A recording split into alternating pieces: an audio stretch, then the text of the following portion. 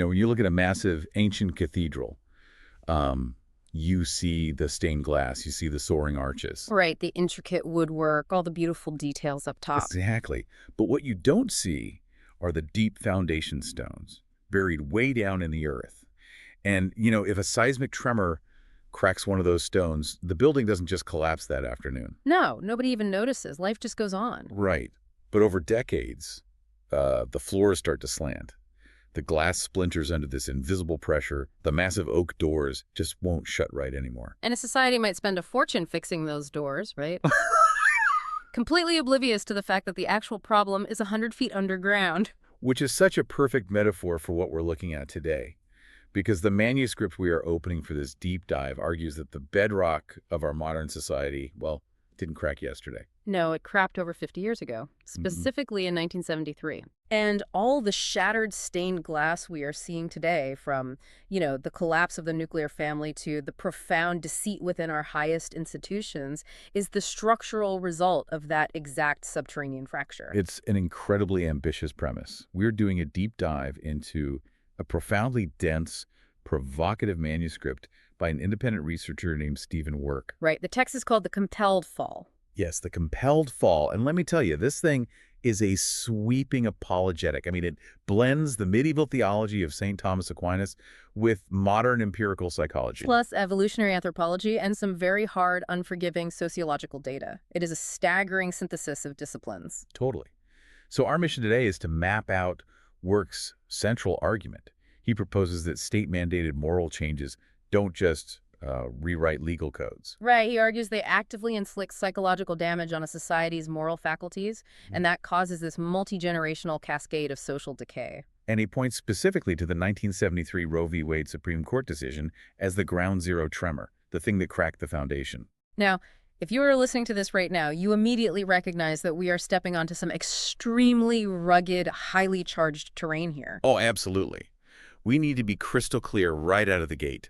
The source material we are mapping out today touches on abortion, gender identity, feminism, the Iraq War, COVID-19 policies, and medical assistance in dying. It hits every third rail of modern discourse. It really does. So I'm going to establish our baseline right here. We are taking absolutely no sides in this discussion. None whatsoever. We are not endorsing, validating, or condemning the author's viewpoints. We are basically acting as neutral cartographers today. Exactly. Our sole mission is to impartially report on the framework this author has constructed. We want to break down the mechanics of his argument so you, the listener, can understand how he connects these massive societal shifts. We are just reading the map. And what hooked me about this map is the wild trajectory it takes. I mean, we are connecting a 1970s judicial ruling to 13th century monastic theology. Right, and then jumping to the evolutionary role of grandmothers and somehow landing on the modern economic wage gap. It's crazy. But it all falls under one unified theory of what he calls moral wounding.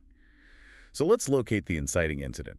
Work draws a really hard structural line between two concepts. Persuasion and coercion.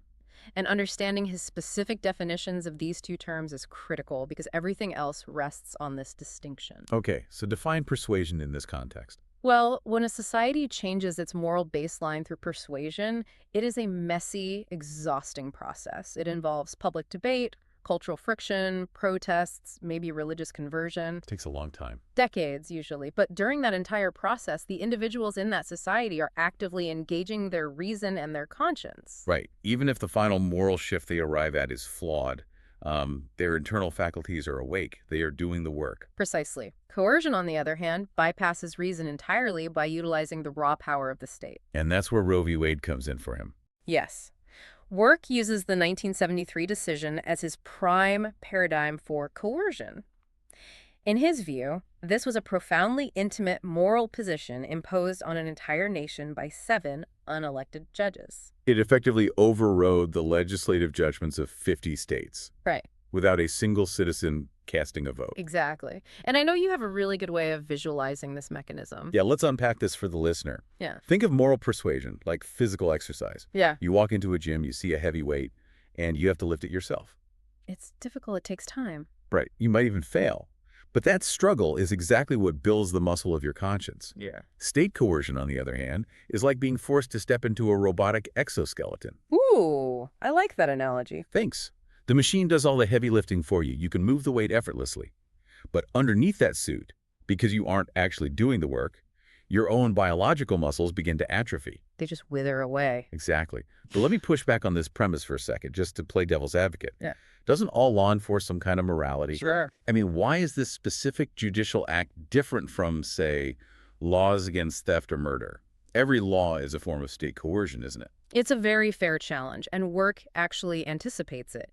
His constitutional argument hinges entirely on the existence or lack thereof of a deliberative phase. The deliberative phase, okay. Right. Laws against theft, murder, or fraud were debated, legislated, and normalized through centuries of common consent. They are the codified result of exhaustive persuasion. So they did the workout. Exactly. Roe, he argues, bypassed that deliberative phase entirely. It was a judicial fiat dropped from the top down. Okay, but even if we grant that it bypassed the deliberative phase, how does a legal ruling actually cause psychological damage to an individual citizen? Like, functionally. This is where Work brings in modern psychology. He leans heavily on Leon Festinger's classic 1957 research on cognitive dissonance. Right, cognitive dissonance. Everyone's heard the term, but how does it apply here? Well, when a state forces you to legally accept a moral premise you haven't reasoned through, it creates immense psychological pressure. But it goes further. The state then funds that premise with your tax dollars. Oh. And enforces its normalization in your public institutions, your schools, your workplaces. Exactly. So you are trapped. Your internal private beliefs do not match the external behavior the state requires of you to function in society. And Festinger's research shows that human beings literally cannot tolerate prolonged cognitive dissonance, right? Yes. To resolve that intense psychological pain, people will eventually alter their internal beliefs to match the compelled behavior. They rationalize it just to survive. Wow. Work also supplements this by citing Theodore Dalrymple. He's the British psychiatrist who spent years studying life under intense ideological compulsion. And Dalrymple made a pretty chilling observation about this. He did. He said that demanding citizens accept a falsehood isn't about transferring information.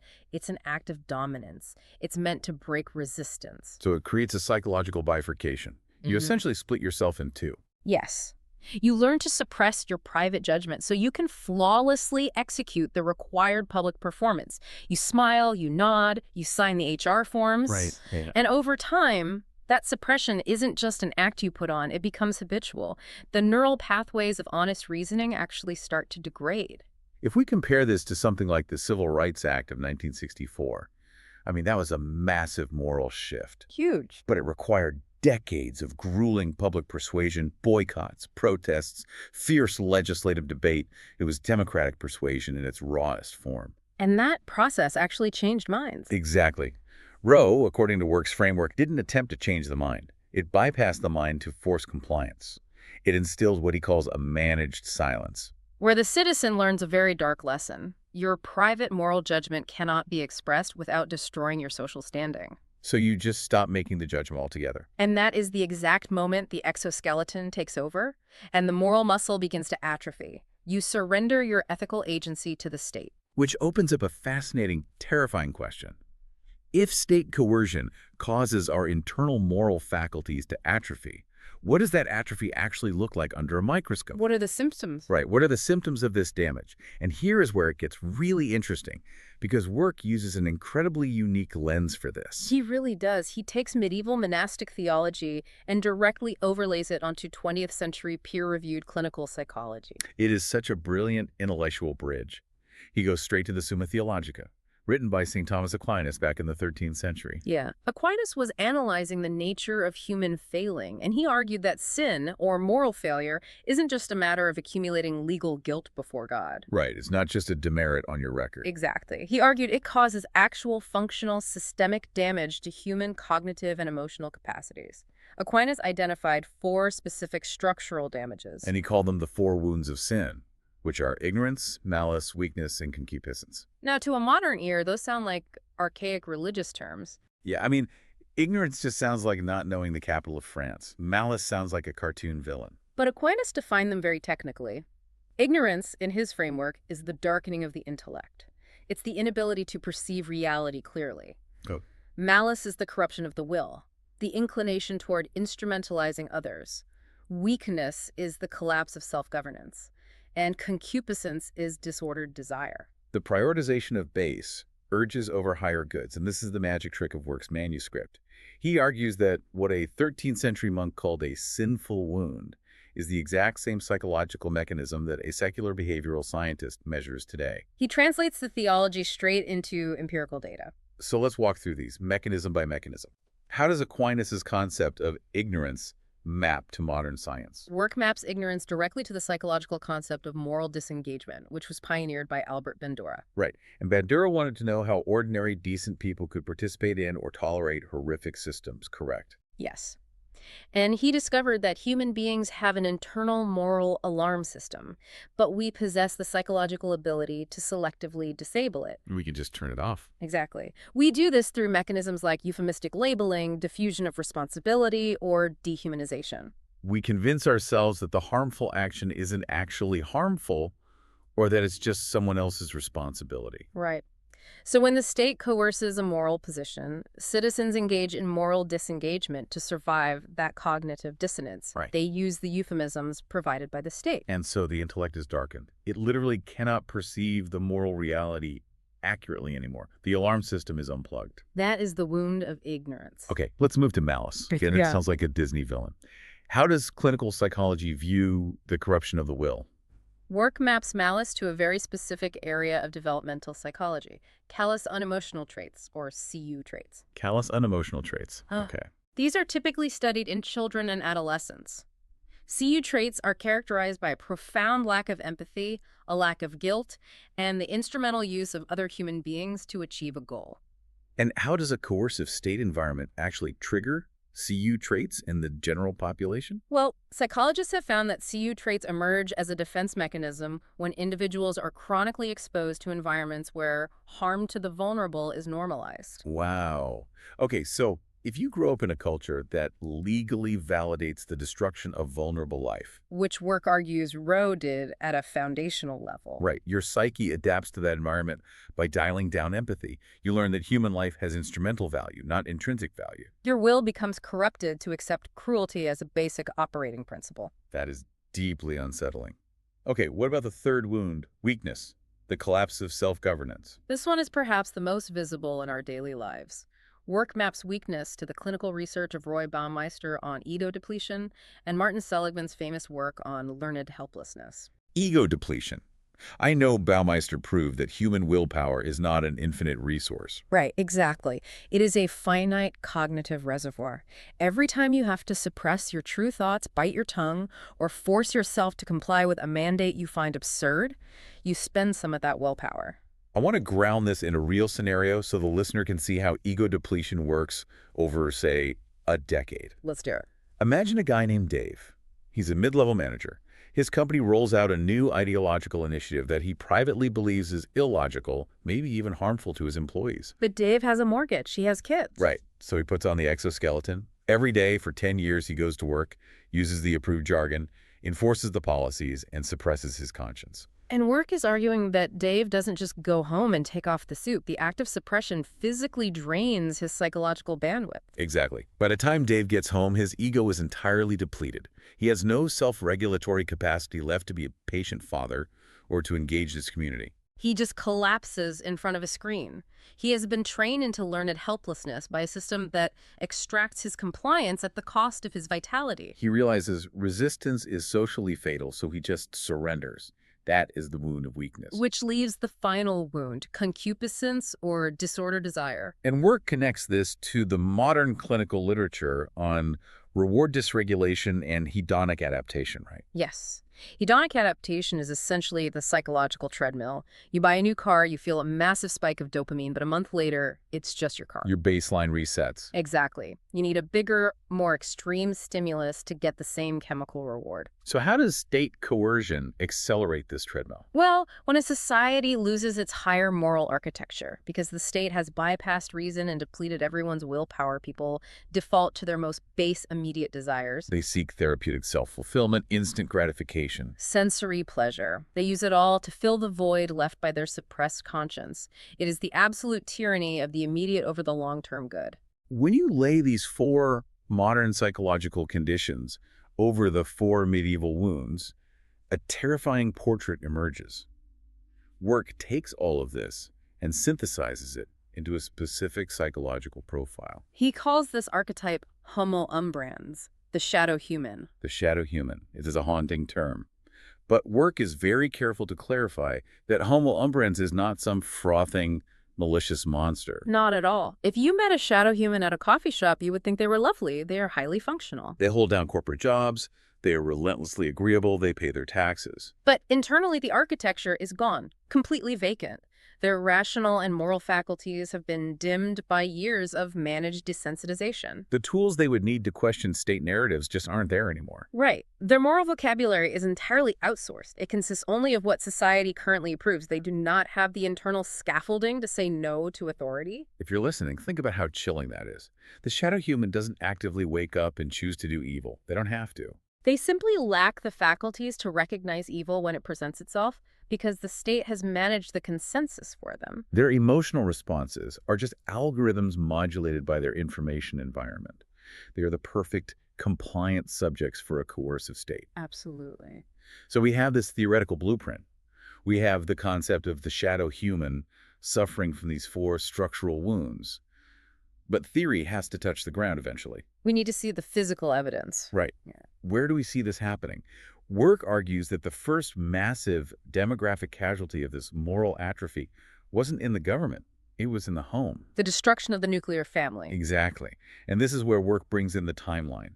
He points to the introduction of no-fault divorce. It started in California in 1969, right, under Ronald Reagan. Yes, and then swept nationwide by 1985. And notice the timeline here. This is the exact same legislative window during which Roe was consolidated. It is the era of massive structural revision to our fundamental human bonds. And he looks at the demographics of who actually initiates family dissolution. He relies on extensive sociological data showing that 65 to 80% of all divorces are initiated by women. And that number actually skews even higher among college-educated women. Now, conventional wisdom might say, well, this is just women finally having the economic freedom to leave abusive or terrible marriages. Sure, that's the standard narrative. How does Work interpret this data through his framework of the four wounds? Work challenges that conventional wisdom. While acknowledging that abuse is a very real thing, he argues that the sheer statistical volume of dissolution points to a systemic cultural shift. It's too massive to just be individual escapes from abuse. Exactly.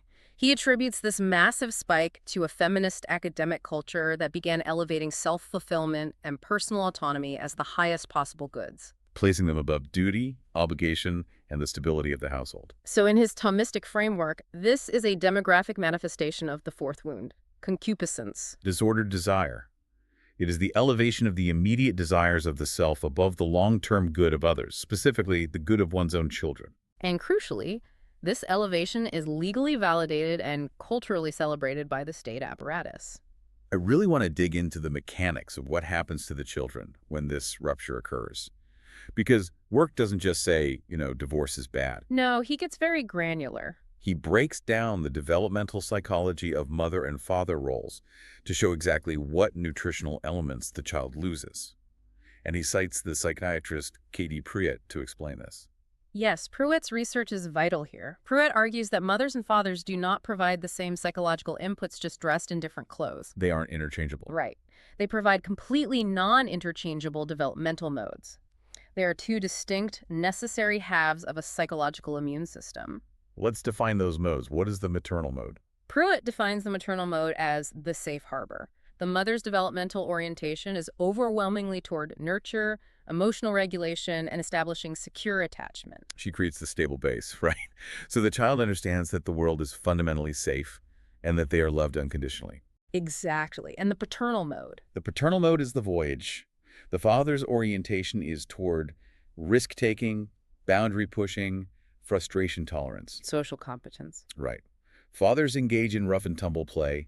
They test the child's limits, they teach the child how to navigate danger, how to fail, and how to assert themselves in a hierarchy. You need the safe harbor to return to, but you desperately need the voyage to learn how to survive in the world. So what happens when the state steps into the middle of this dynamic? Because in the overwhelming majority of contested family court cases, the legal system physically removes the father from the daily domestic life of the child. Work argues that the legal system essentially reduces the father to a financial instrument. A paycheck. Yes. He is stripped of his developmental role as the voyage and forced by the state to fund a household from which he is physically excluded. His physical, pheromonal, and psychological presence is deemed non-essential, as long as the check's clear. It's devastating. But let's talk about what this extraction does to the mother. If the father is removed, the mother doesn't just get to continue being the safe harbor in peace. Oh no, she is structurally crushed. The state forces the single mother into what sociologists call chronic role overload. Right, because she is suddenly expected to be both the safe harbor and the voyage. She has to provide unconditional nurture while simultaneously enforcing strict boundaries, all while managing the household economy as the sole breadwinner. It's an impossible biological and psychological math problem. It leaves the children developmentally starved because the mother is exhausted and the father is exiled. Let's look at the hard data work provides on the consequences of this starvation, starting with the daughters, because the biological impact here is genuinely staggering. It really is. Work cites a landmark 2003 study by evolutionary psychologist Bruce Ellis, published in the journal Child Development. Ellis studied the biological timelines of girls raised in homes without their biological fathers. And the data show that these daughters enter puberty physical reproductive maturity measurably earlier than girls raised with their fathers present. I need to pause on this. We aren't just talking about psychological distress here. We are talking about the absence of a father fundamentally altering the biological clock of a human female. Yeah, it's wild. How does that mechanism even work? It is an evolutionary mechanism called a fast life history strategy. In a stable environment with the biological father present, the father's pheromonal cues, combined with the psychological security he provides, signal to the daughter's biology that the environment is safe. Her body knows it can take its time to develop. Right. But when the father is absent, the resulting stress and the lack of those specific chemical cues signal to the daughter's biology that the environment is unstable and dangerous. So the body reacts like it's in a war zone. Exactly. The body accelerates reproductive maturity because, from an evolutionary standpoint, if life is dangerous and short, you need to reproduce as quickly as possible. But the tragedy is that this biological acceleration places the daughter at massive risk. Massive risk. She experiences premature adult sexualization long before her psychological and emotional formation is ready to handle it. And furthermore, because she lacked the daily template of a protective male presence in her home, she is highly vulnerable to exploitative short-term relationships. She literally doesn't know what safe male investment looks like. It's heartbreaking. Yeah. And what about the sons? What happens when you remove the voyage from their development? For sons, the impact is the total loss of the masculine template. Work ties this to the catastrophic drop in male societal participation. Right, the workforce numbers. He points out that prime-age male workforce participation dropped from 97.1% in 1960 down to 88.4% in 2020. That the millions of men, where did they go? They vanished. They retreated into screens, into video game addictions, porn consumption, and massive social withdrawal. And Work argues this is the direct result of growing up in environments that systematically pathologize natural masculine traits. Think about it.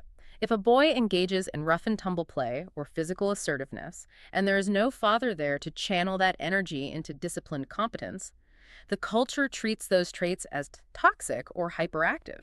They drug the boy or punish him for his nature. Right. So the boys learn to suppress their nature. They construct a male identity from the hostile or absent materials available to them. They become passive. This is the wound of weakness, the collapse of self-governance manifesting at a terrifying demographic scale. Now, I have to step in here as a proxy for the listener. Because if you are listening to this, you might be thinking of an incredible single mom you know. Maybe it's your own mother. Sure, a woman who pulled off absolute superhuman feats to raise great kids. Working 2 jobs, being at every soccer game.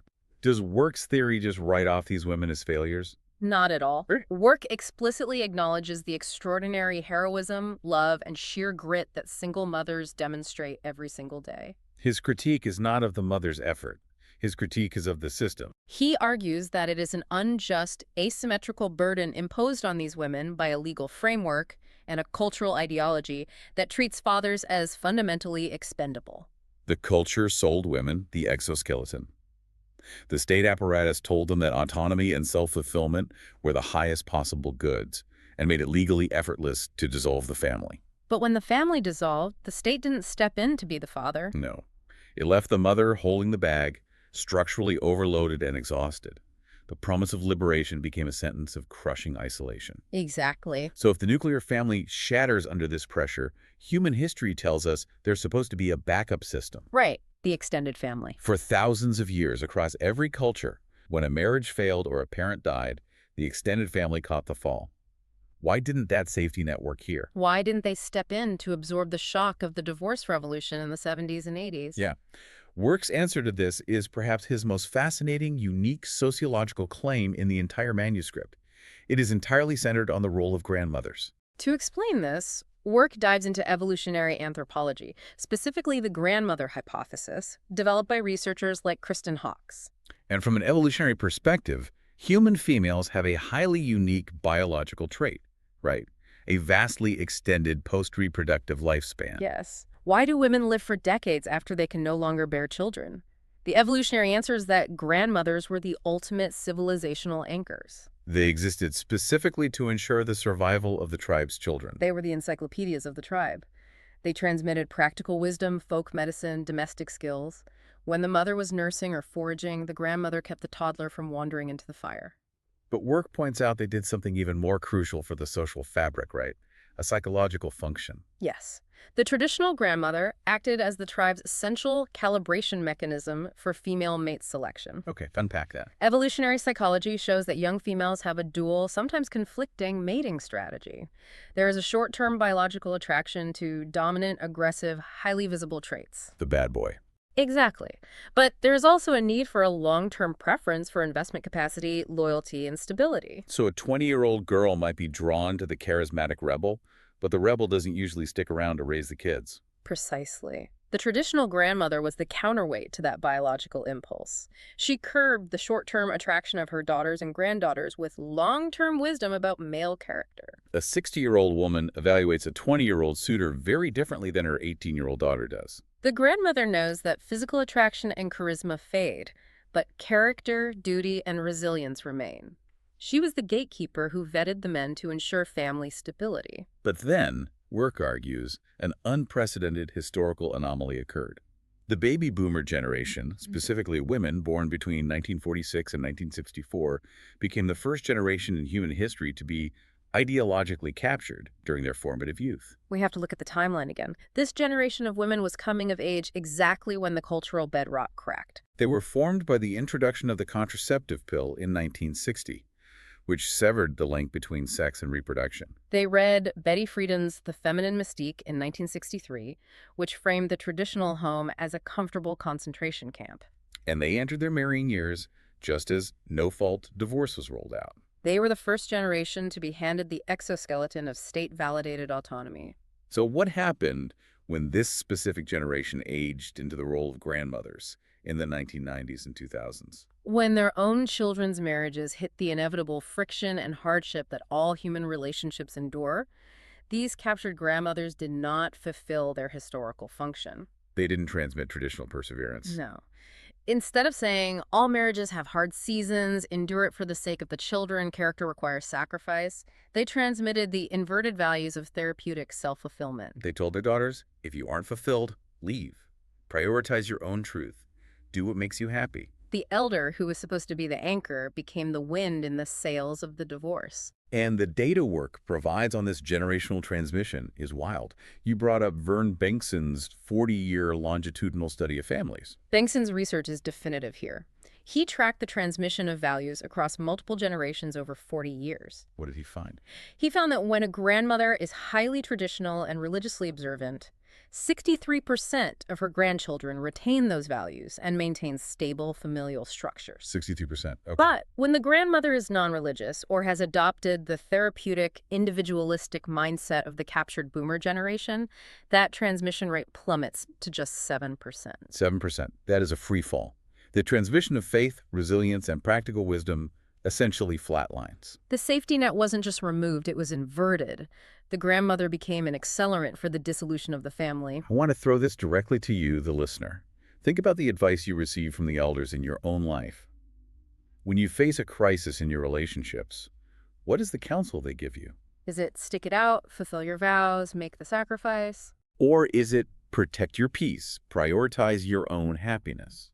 Work is arguing that the loss of the gatekeeping traditional grandmother is the hidden variable that put family dissolution into hyperdrive over the last 30 years. And if the moral muscle atrophies in the home, if the fundamental units of society lose their ability to discern truth and maintain obligation, it is only a matter of time before that rot travels upward.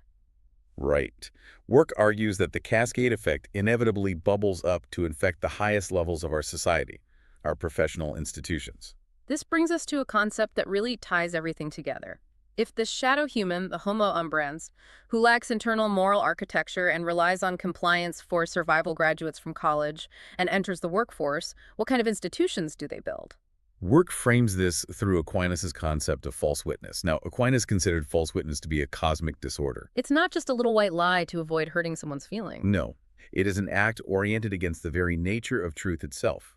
And Work applies this deeply theological concept to modern institutional behavior. He argues that a society that has been desensitized by early foundational moral compromises, such as legally redefining the beginning of life with Roe or validating the destruction of the family, loses its societal alarm system for deceit. When you train a populace to accept lies in their private lives, you groom them to accept massive structural lies from their authorities. The institutions lie with impunity because they know the populace has lost the willpower to challenge them. Work applies this concept of institutional false witness to three massive world-altering crises of the modern era.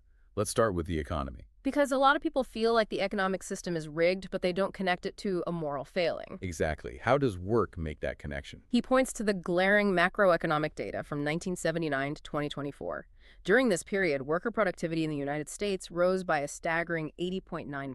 The American worker was producing vastly more value. However, during that exact same 45-year window, real wages for the bottom 90% of workers only rose by 29.4%. The wealth generated by that productivity was entirely captured by the top tier of the economy. How did the institutions cover this up? Through the manipulation of official inflation metrics, the government's Consumer Price Index, the CPI, consistently masked the true cost of living. While flat-screen TVs and imported toys got cheaper, the absolute necessities of middle-class life exploded. Housing, healthcare, and higher education shot up by over 400%. Yet, armies of Ivy League economists, federal bankers, and financial journalists maintained a managed silence. They produced complex models to assure the public the economy was thriving, completely ignoring the destruction of the working class. That is institutional false witness by omission. They watched the greatest wealth transfer in history happen. They had the data right in front of them, and they said nothing because their jobs depended on maintaining the narrative. Let's move to the second crisis, which scales this false witness up to geopolitics and war.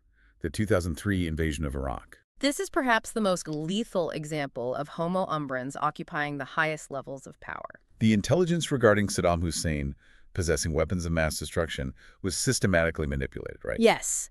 Cherry-picked and exaggerated by intelligence agencies and the executive branch. This false witness led directly to a war that killed hundreds of thousands of people, destabilized an entire region, and cost trillions of dollars. But the crucial part of Work's analysis isn't just that the lie happened, it's what happened after the lie was exposed. Exactly. When the WMDs were not found, the architects of that false intelligence faced absolutely no professional or legal consequences. No one went to prison. In fact, many of them were rewarded. Lucrative book deals, cable news contributorships, corporate board seats. Work argues this event taught the American public a devastating lesson. At the highest levels of institutional power, truth is entirely optional and accountability is a myth. The exoskeleton of state power protects its own. And the third crisis Work points to is the most recent and perhaps the most intimate, because it involves medical and state overreach directly into our bodies. He points to three interconnected examples here. First, The COVID-19 pandemic response. Right. Government and medical institutions enforced unprecedented society-wide lockdowns and school closures. In doing so, they deliberately ignored dissenting scientific consensus. Like the Great Barrington Declaration, which was authored by elite epidemiologists advocating for focused protection of the vulnerable elderly while keeping society open for low-risk youth. And the institutions smeared the dissenting scientists instead of engaging their data. And the result was catastrophic, irreversible harm to the educational and psychological development of millions of children, based on a coerced consensus. Second, Work points the field of gender medicine. He cites the UK's 2024 CAS review, a massive independent review of pediatric gender services. The review found that the medical establishment had been administering puberty blockers and cross-sex hormones to vulnerable minors based on evidence that was remarkably weak. While ignoring severe, irreversible harms like catastrophic bone density loss and permanent infertility. The medical professionals knew the evidentiary baseline was garbage, but they administered the treatments anyway. And finally, he looks at Canada. Right. He points to Canada's Medical Assistance in Dying program, or MAID. What began as a strictly controlled program for terminal physical illness rapidly expanded. The state institutions began offering euthanasia for psychiatric conditions, depression, and even cases linked to poverty and lack of social support. The medical institution transformed from the healer to an agent of state-sanctioned elimination of the burdensome.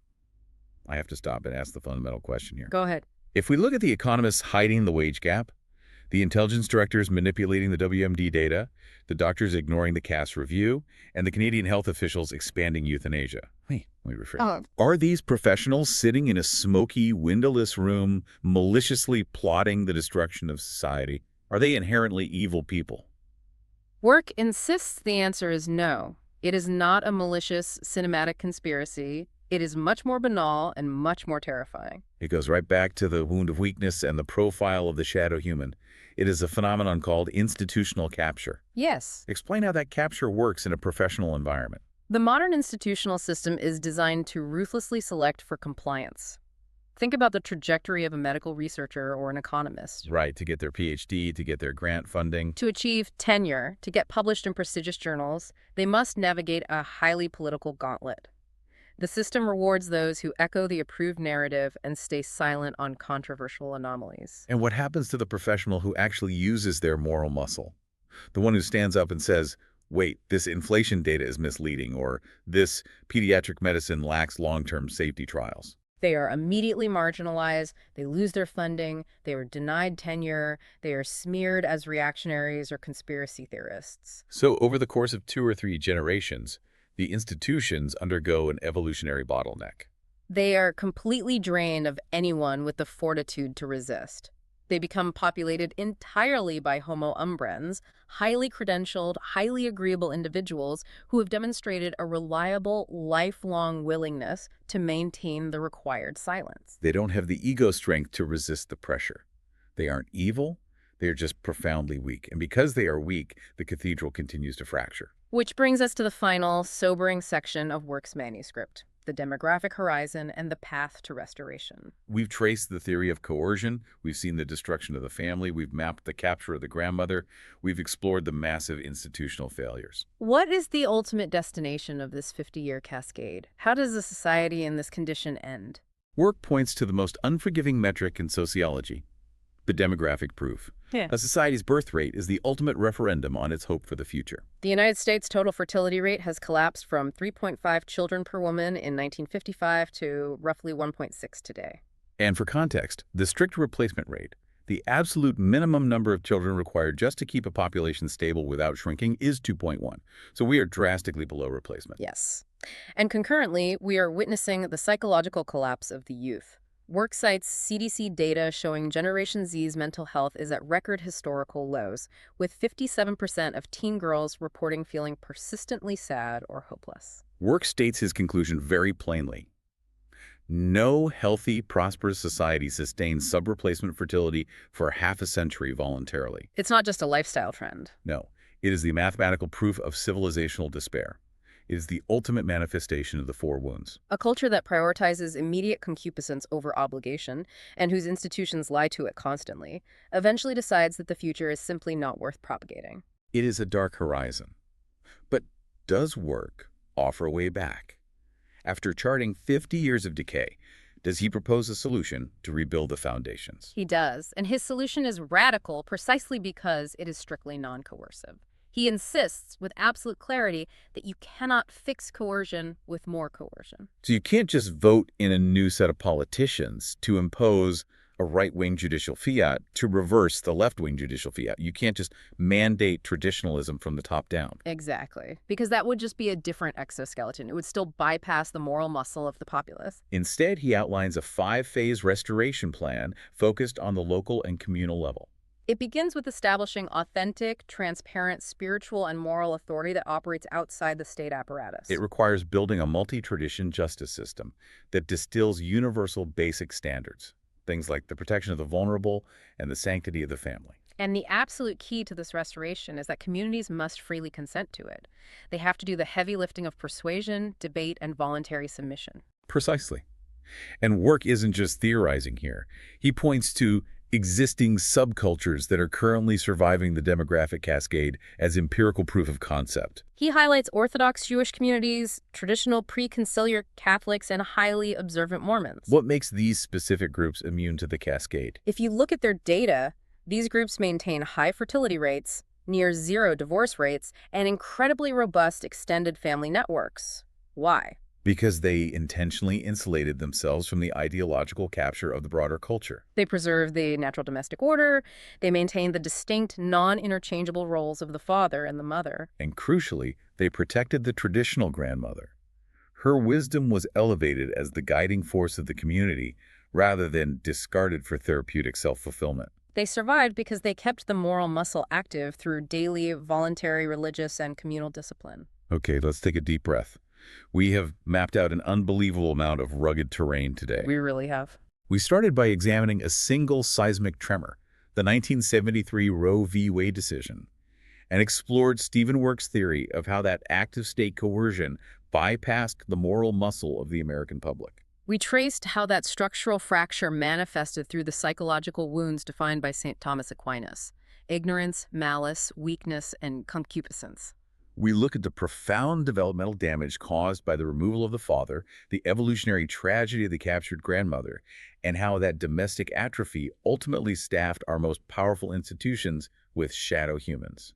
Leading to decades of economic and medical false witness, it is a sweeping, singular vision. Work has constructed a terrifyingly coherent model of how a society fractures not from the bottom up, but from the top down, when the exhausting work of democratic persuasion is replaced by the sterile efficiency of state compulsion. As a final reminder, this deep dive was an exploration of stevenwork's manuscript, The Compelled Fall. These views, this data interpretation, and these conclusions are highly contentious and belong solely to the author. We have mapped them out today purely for your intellectual exploration. We are just holding up a lantern to the blueprints of the cathedral so you can see where he believes the stones have cracked. Exactly. And as we conclude, I would ask you, the listener, to do a personal audit of your own moral baseline today. Look at the convictions you hold most tightly. How many of those core beliefs did you arrive at through the difficult, exhausting workout of rigorous reading, debate, and persuasion? And how many of them did you simply absorb and adopt because the state, your employer, or the culture made it too socially expensive to question them? Are you flexing your own conscience, or are you wearing the exoskeleton? It's a heavy question that demands a brutally honest answer. And I want to leave you with one final provocative thought that builds on Work's theory, even though it isn't directly addressed in his text. We've spent an hour exploring the psychological damage caused when the state acts as a robotic exoskeleton, right? Making our moral choices for us so that our own human faculties atrophy into learned helplessness. But look at the technological horizon approaching us right now. What is going to happen to the human psyche when we increasingly hand over our ethical, legal, medical, and daily decisions to artificial intelligence? Will AI be the ultimate, invisible, compelled acceptance? When an algorithm, owned by a corporation, seamlessly makes our moral choices for us, will that be the final frictionless mechanism that finishes the atrophy of the human soul? It is the exoskeleton made invisible, the ultimate manifestation of the shadow human, where we don't even realize the choice has been made for us. Something to think about the next time you ask a machine to do your thinking for you. Keep an eye on those foundation stones. Thanks for diving deep with us.